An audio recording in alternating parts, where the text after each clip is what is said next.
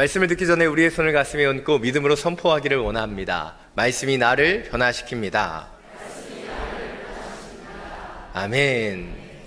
이 믿음의 선포와 같이 하나님 주신 이 말씀이 우리의 영혼과 중심을 변화시키는 능력의 말씀이 되기를 간절히 축원합니다. 얼마 전 유재석, 조세호 씨가 진행하는 뉴퀴즈를 보게 되었습니다. 그 프로그램에 행복학자로 알려져 있는 연세대학교 서은국 교수님이 나오셔서 너무 귀한 이야기들을 많이 해주셨습니다. 꼭 시간이 되시면 여러분 한번 보셨으면 좋겠습니다. 근데 그 첫 등장부터 웃음이 나왔던 것, 그것은 행복에 대해서 얘기하셔야 되는 이 교수님의 얼굴이 인사이드 아웃의 불안이하고 너무 비슷하게 생겼다는 거예요. 이 프로그램에서 이렇게 아예 써놨더라고요. 불안이는 영어로 anxiety입니다. 염려, 걱정이라는 뜻을 갖고 있죠. 행복에 대해서 얘기하셔야 되는 분이 불안한 얼굴을 하고 계시는 것이죠. 그러나 그분이 전해주신 내용은 너무나 중요한 부분이었습니다. 이 소 교수님은 행복은 걱정이 없고 문제가 없는 상태가 아니라 즐거움의 유무로 판단된다라고 말씀하셨습니다.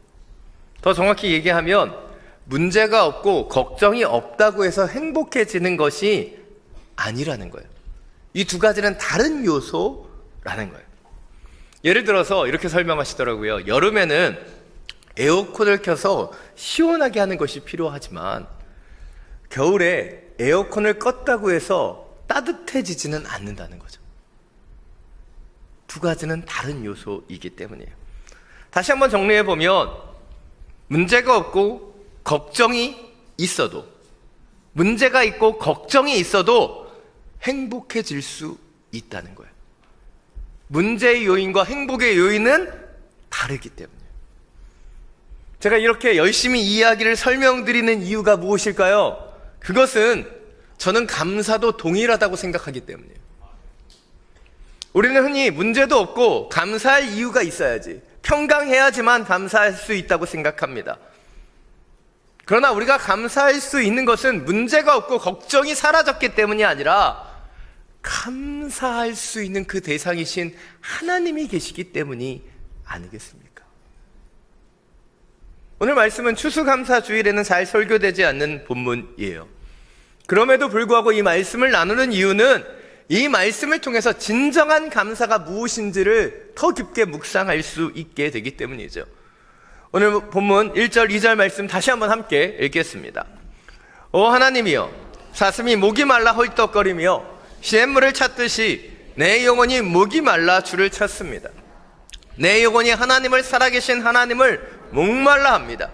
내가 언제 나아가서 하나님을 뵐 수 있겠습니까? 너무나 유명한 말씀이고 너무나 잘 알려져 있는 말씀이죠. 이 말씀은 사슴이 물을 찾는 갈급함, 그 목마름에 초점을 맞춥니다. 그리고 이 목마름은 오직 물을 통해서만 해결될 수 있다라고 말하고 있는 것이죠. 그렇습니다. 우리의 영적인 문제들, 영적인 목마름도 오직 하나님을 통해서만 해결될 수 있는 것이죠. 그런데 조금 더 생각해 보기를 원합니다. 여러분, 사슴이 목이 말라 시냇물을 찾는 이유가 무엇일까요? 목이 마르니까요? 아닙니다. 그는 이미 물을 마셔야지만 해결된다는 것을 알기 때문이에요. 동일합니다. 우리가 하나님을 찾는 이유가 무엇이에요? 하나님을 알기 때문이죠. 하나님을 찾을 때만 나의 문제가 해결될 수 있다는 것을 알기 때문에 찾는 거예요. 알지 못하면 찾을 수조차 없기 때문이에요. 제가 8월 중순에 심한 감기 몸살로 고생했습니다. 근데 밤에는 덥다가 춥다가를 반복하면서 깊이 잠을 들 수가 없는 거예요. 몸은 너무 힘든데 자꾸 열이 오르락내리락 하면서 깊게 잠이 들 수가 없었어요. 그래서 참 오랜만에 제가 아파서 스스로 기도해 본 것 같습니다. 참고로 저는 하나님 앞에 이렇게 기도하지 않았어요. 하나님 빨리 낫게 해주세요. 빨리 안 아프게 해주세요. 물론 제 마음 깊은 곳에서는 그런 기도를 했을지도 모르겠지만 제 마음속으로는 그렇게 기도하지 않았어요. 근데 기도하는 가운데도 여전히 아팠고 여전히 열은 오르락내리락 했는데 기도할 수 있어서 감사했습니다. 나의 한계를 느끼는 순간, 나의 연약함을 느끼는 순간에 내가 하나님을 찾을 수 있고 하나님께 기도할 수 있는 그것이 너무 감사했어요. 우린 때때로 착각합니다. 감사할 일이 있어야지만 감사하다고. 그러나 결코 그렇지 않아요.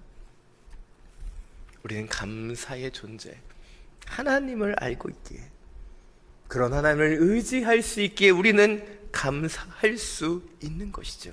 이것이 오늘의 첫 번째 포인트입니다. 우리는 하나님을 인식하고 하나님을 알기 때문에 목마름 속에서 하나님을 찾으며 고통 속에서 기도할 수 있기에 감사할 수 있어야 되는 거예요. 감사할 일이 있어서 감사하는 것이 아니라 감사할 수 있는 하나님을 알기 때문에 감사할 수 있어야 되는 거예요. 추수감사주일에 기원에 대해서 많이 들어보셨을 것입니다. 1620년 신앙의 자유를 찾아 메이플라워를 타고 102명의 청교도들이 신대륙을 향하여 떠납니다. 그해 11월에 그들은 이 신대륙에 도착해요. 그런데 혹독한 겨울과 향토병으로 인해서 절반의 사람들이 겨울을 나면서 죽게 됩니다. 감사하게도 인디언들의 도움을 받아 그들은 연명할 수 있었고 봄이 되어 옥수수를 재배하며 그해 가을 추수하게 됩니다. 그리고 그들에게 도움을 주었던 인디언들을 초대해서 감사로 축제를 드린 것이 이 추수감사주일의 기원이 되었습니다. 여러분, 이들의 여정 속에 감사한 일들만 있었습니까? 절반은 추위와 전염병으로 죽었어요. 신앙을 위해서 나라를 떠났고 고향을 떠났고 새로운 곳에 왔는데 모든 것이 다 감사했을까요? 아니요. 더 힘든 것이 많았어요. 그런데 그들은 하나님을 바라보며 감사했습니다. 우리가 잘 아는 탕자의 비유를 보면 아들은 아버지가 아직 돌아가시지도 않았는데 유산을 미리 땡겨봤습니다. 어떻게 이런 일이 있을 수 있는지 모르겠어요. 그런데 그 유산을 다 상속받아서 어떻게 합니까? 먼 타국을 와서 흥청망청 살다가 아주 쫄딱 망하게 되죠. 우리 자녀들이 이렇게 되면 이렇게 돼서는 안 될 텐데 라는 생각이 듭니다. 그런데 마침 그 먼 타국에 심각한 기근이 들죠. 그래서 그는 돼지들이 먹는 쥐염 열매조차 먹을 수 없게 됩니다. 그리고 그 순간 탕자는 아버지를 기억해요. 더 정확히는 아버지를 기억한 것이 아닌 아버지의 집에 있는 종들도 풍족히 먹는데 나는 여기서 굶어 죽는구나 생각하며 아버지의 집으로 돌아가죠. 어찌 보면 탕자는 아버지를 제대로 알지 못했는지도 모릅니다. 아버지를 오해했는지도 몰라요. 그래서 아버지의 돈을 받아서 그는 멀리 타국으로 가잖아요. 그런데 배가 고파서 죽게 되어서 그가 아버지 앞에 돌아왔을 때 그는 아버지가 어떤 분인지를 알게 되죠. 아버지의 용서와 은혜와 사랑을 알게 돼요. 그리고 그 이후의 이야기는 소개되고 있지 않지만 탕자는 결코 이제 다시 아버지의 곁을 떠나지 않게 되었을 거예요. 산 여러분, 하나님을 알지 못하고 하나님을 제대로 알지 못할 때에는 찾을 수조차 없어요. 그런데 우리가 이 추수감사주일 이렇게 함께 모여 예배할 수 있다는 것이 얼마나 감사한 일입니까? 이 세상의 사람들은요, 감사하지 않아요. 열심히 일하고 자신의 노력과 수고로 살아가다가 그 열매도 자신의 것이라고 생각합니다. 그런데 감사는 오직 하나님을 알고 그 은혜를 아는 자만이 할 수 있는 것이죠. 이 감사는 영적인 고백이기 때문입니다. 그런데 우리 믿음의 사람들 가운데 감사가 사라지고 있다면 그것은 어찌 보면 우리가 세상의 사람들과 같이 내 노력과 내 수고로 살아가기 때문일 수 있는 거예요. 추수감사주일, 감사의 조건이나 감사의 그 상황 때문이 아니라 우리가 감사할 수 있는 하나님을 알고 있으며 그런 하나님을 예배할 수 있기에 더욱 감사할 수 있는 저와 여러분이 되시기를 간절히 축원합니다.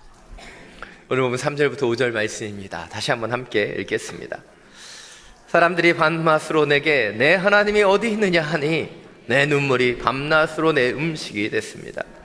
지난 날들을 생각해보면 내 영혼을 토해내지 않을 수 없습니다.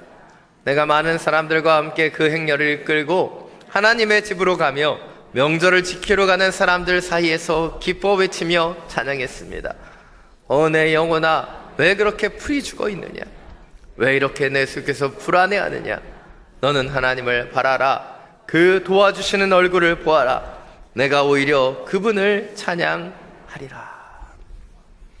오늘 본문만을 가지고는 시편 기자가 어떤 상황 가운데 어떤 형편 가운데 있었는지 다 알 수 없습니다.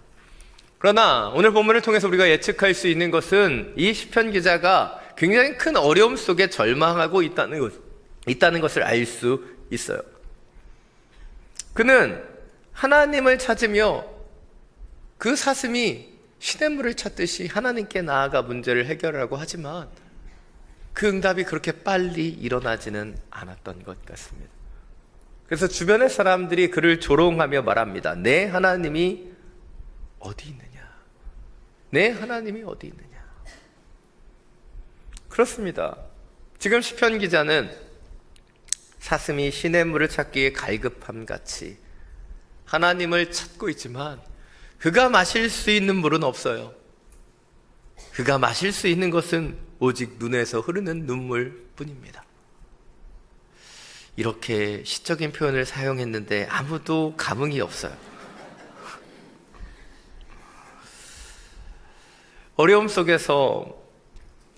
이 어려움 속에서 그러나 그는 멈추지 않죠. 지난날 성전으로 올라가며 기뻐 찬양했던 시간을 회상하며 그는 그 스스로에게 이렇게 외치고 있어요.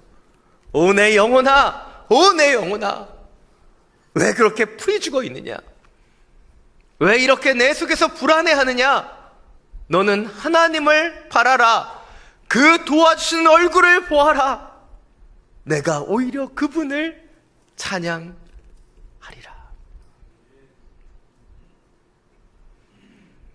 오늘 시편 기자가 절망 속에서 이렇게 외칠 수 있었던 이유가 무엇일까요? 하나님을 회상하며 하나님을 의지적으로 붙잡았기 때문이에요. 염려에 대한 사전적인 정의를 찾아보면 염려는 앞일에 대하여 여러 가지로 마음을 쓰고 걱정하는 것이라고 정의되어 있습니다. 염려는 미래의 일에 대해서 걱정하는 거예요. 그런데 우리가 잘 아는 것처럼 우리가 아직 일어나지 않은 일들을 염려한다고 해서 바꿀 수 있을까요? 잘 준비한다고 해서 미래를 다 통제할 수 있을까요? 아닙니다. 우리는 우리의 미래를 다 알 수 없어요. 그리고 그것을 다 컨트롤할 수 없습니다. 그럼에도 불구하고 우리는 염려하죠. 그리고 그렇게 염려하고 불안해하면서 하나님이 계셔야 되는 자리를 사람의 걱정으로 채워가고 있는 거예요. 그래서 하나님은 뭐라고 말씀하셨습니까? 염려하지 말라고 550번이나 이 성경 속에서 말씀하셨어요. 한국 사람들이 제일 좋아하는 말씀으로 꼽히는 빌립보서 4장 6절도 동일하게 이야기합니다. 함께 읽겠습니다. 아무것도 염려하지 말고 오직 모든 일에 기도와 간구로 여러분이 구할 것을 하나님께 감사함으로 아뢰십시오. 아멘. 염려를 내려놓으라고 얘기하지 않습니까? 그리고 그 염려의 자리에 하나님을 향한 기도와 간구로 채워가야 되는 것이죠. 왜 우리가 기도해야 될까요? 우리는 우리의 미래를 컨트롤할 수 없지만 하나님은 우리의 모든 미래를 아시고 우리를 인도해 주시는 분이기 때문이죠. 그리고 우리 아버지 하나님은 어떤 분이세요? 우리에게 가장 좋은 것을 주시는 분이시기 때문이죠.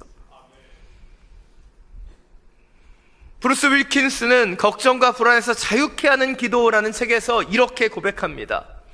모든 것을 아시는 하나님, 당신은 이미 제 미래에 다녀오셨습니다. 당신은 처음부터 끝을 알고 계셨습니다. 당신은 내일 어떤 일이 벌어질지 알고 계십니다. 당신은 내일 제가 웃는 모습을 벌써 보셨습니다. 당신은 내일 제가 흘릴 눈물을 이미 닦아주셨습니다.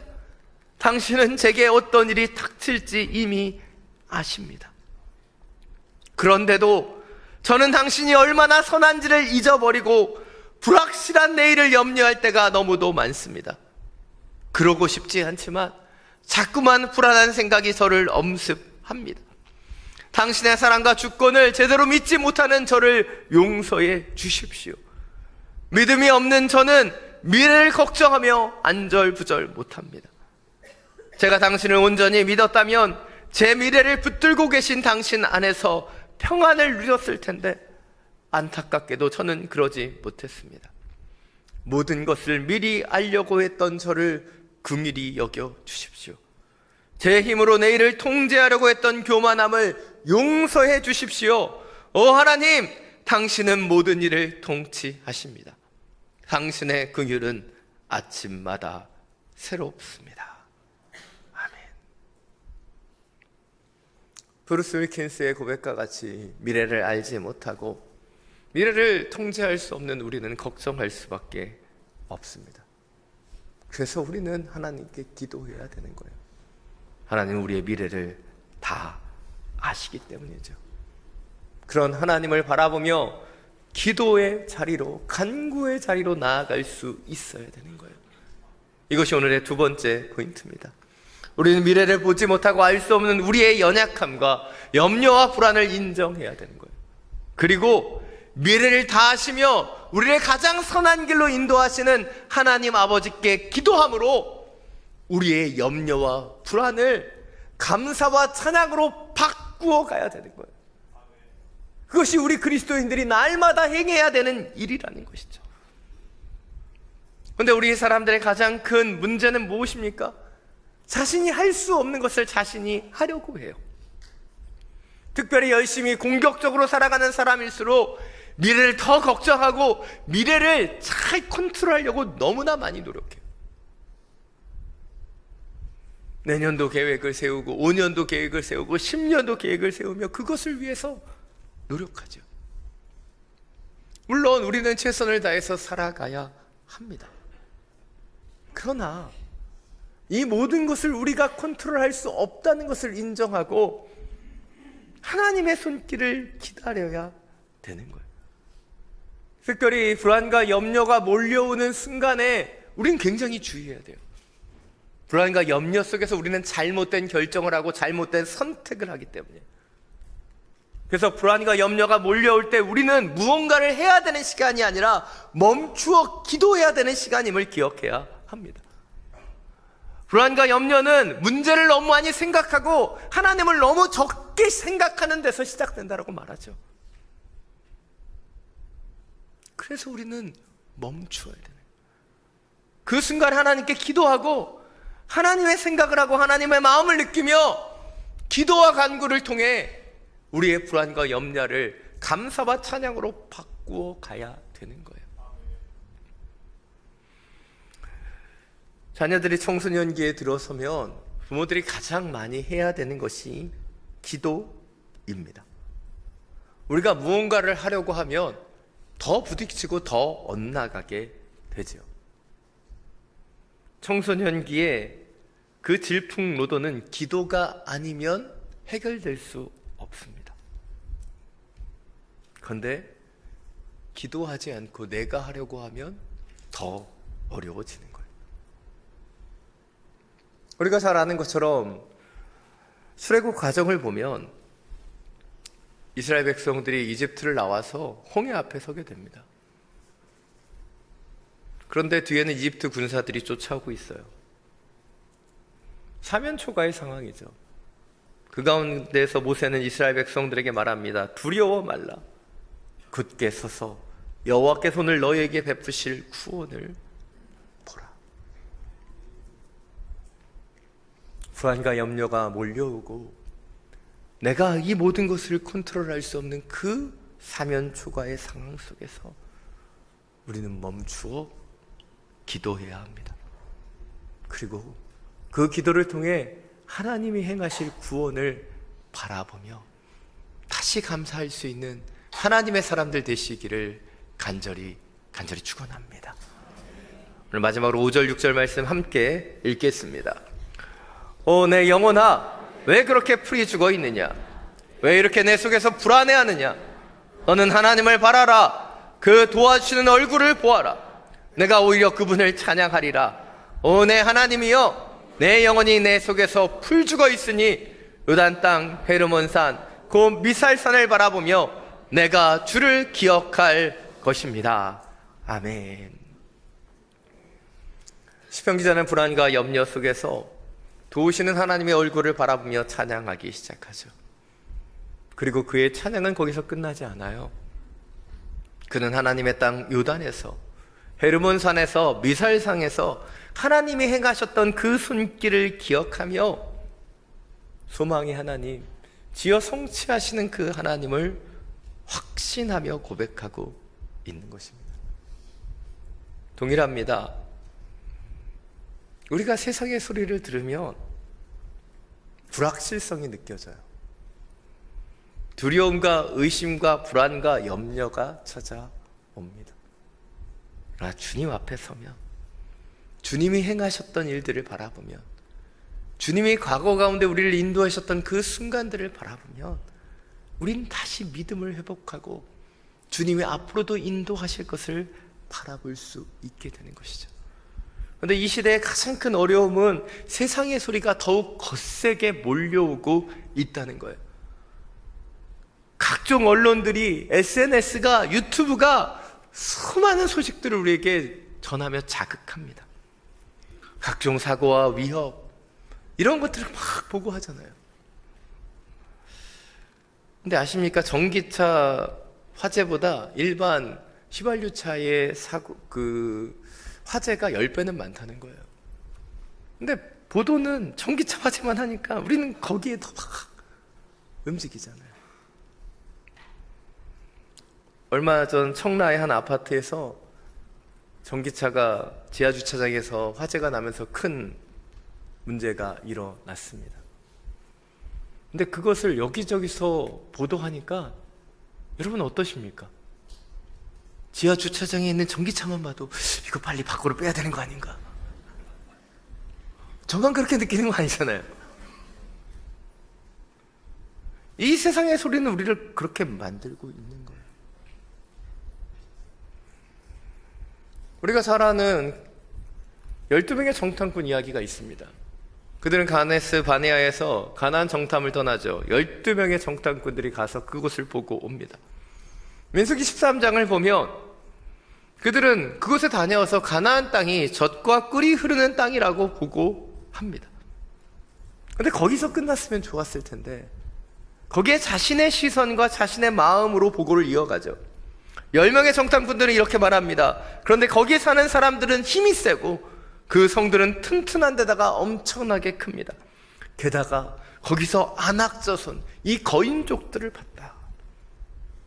그러면서 그들은 마지막으로 이렇게 얘기해요. 그들 앞에서 자신들이 메뚜기 같다고. 메뚜기 같은 생각을 하고 있는 거죠. 예. 메뚜기 같으니까 메뚜기 같은 생각을 하겠죠. 예.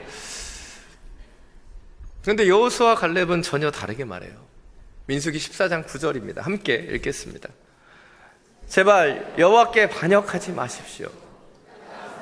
두려워하지 마십시오. 그들은 우리의 밥입니다.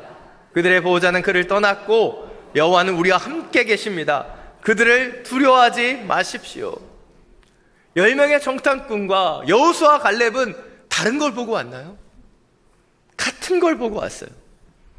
그런데 10명의 정탐꾼들은 세상의 소리를 들었고 세상의 시야에 흔들렸다면 여호수아와 갈렙은 함께 하시는 하나님과 그 땅을 유업으로 주신 하나님의 약속을 기억했기 때문에 다른 것을 보게 되는 거예요. 세상에는 두 종류의 사람이 있죠. 첫 번째는 망각하고 잊어버리는 사람이고 두 번째는 기억하며 감사하는 사람입니다. 10명의 정탐꾼들은 다 잊어버렸어요.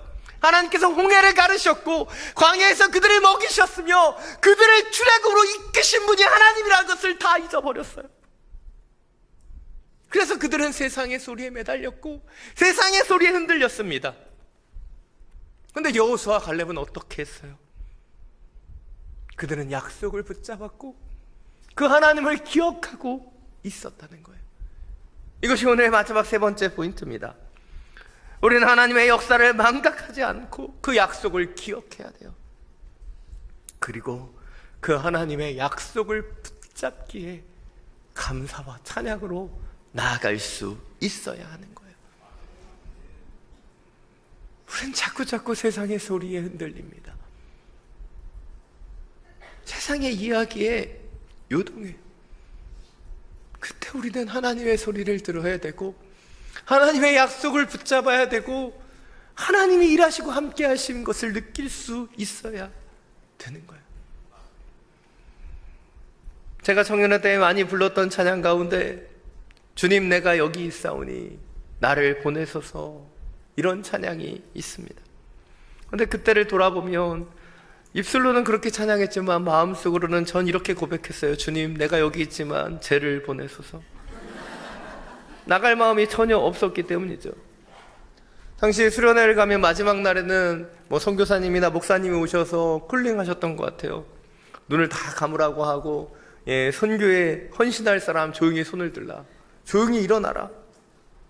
저는 그때 한 번도 일어난 적이 없어요. 근데 조용히 눈을 뜨고 누가 손을 드나 이렇게 다 봤어요. 그때 손 들었던 인간들 한국에서 잘 살고 있어요. 아직 아무도 선교사가 안 됐습니다. 주님이 일하시고 역사하실 것을 믿습니다. 쟤를 보내야죠.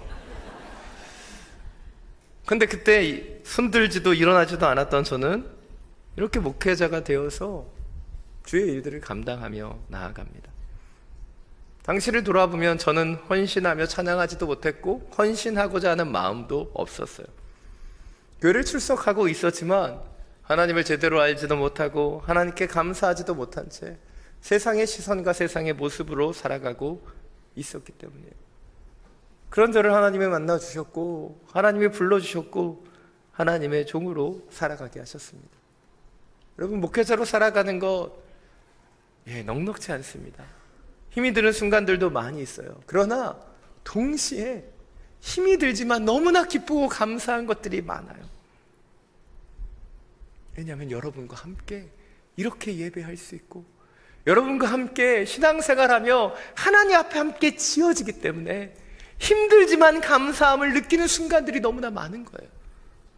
사랑 여러분, 여러분은 어떠십니까? 우리가 하나님께 감사해야 되는 것, 그것은 우리의 기도가 응답되었기 때문에, 우리는 더 많은 것을 우리 가운데 주셨기 때문이 아니죠. 불안과 염려가 다 사라졌기 때문이 아니에요.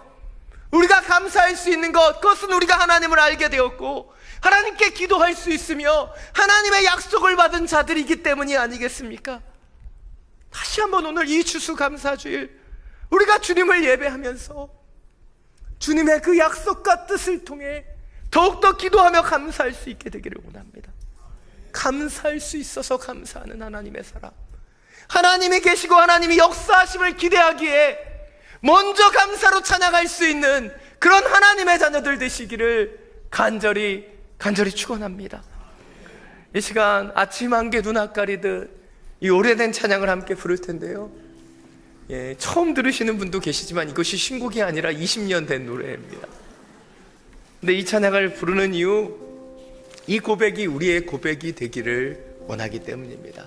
함께 찬양하겠습니다. 아침 안개 눈앞 가리듯 나의 약한 믿음을 심사일 때 부드럽게 다가온 주의 음성, 아무것도 염려하지 마라.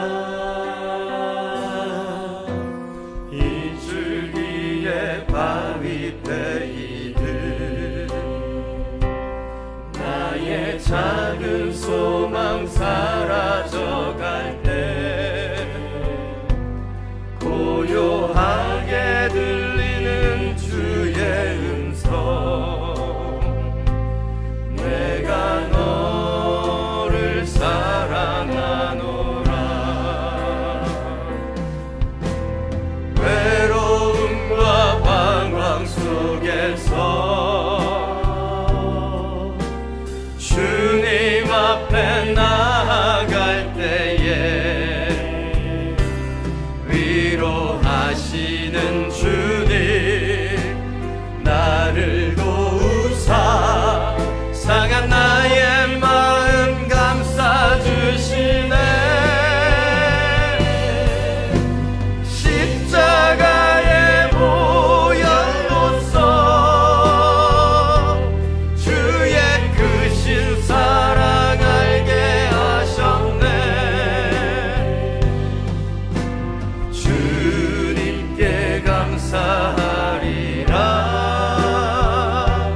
언제나 주님께 감사해 외로움과 방황 속에서 외로움과 방황 속에서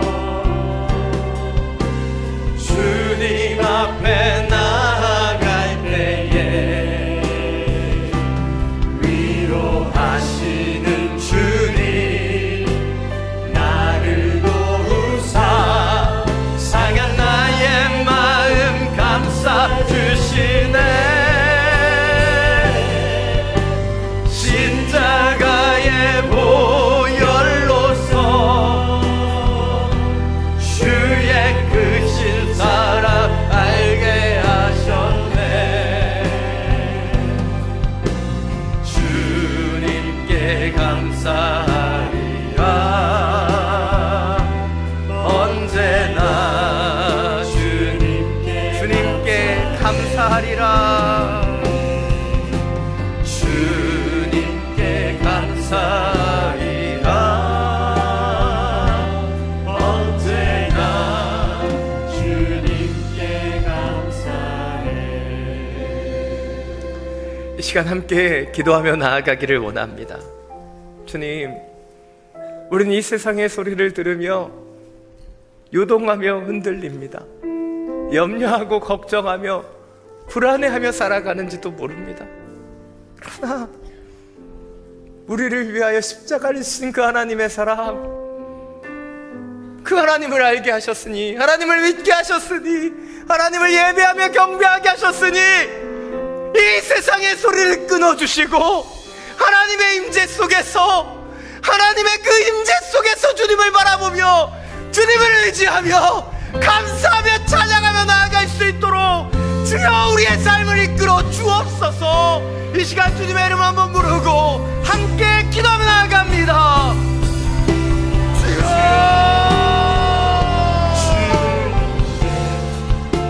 주님께 감사해 주님 외로움과 방황 속에서 주님 앞에 나아갈 때에 염려와 불안과 걱정이 우리 가운데 가득함을 주님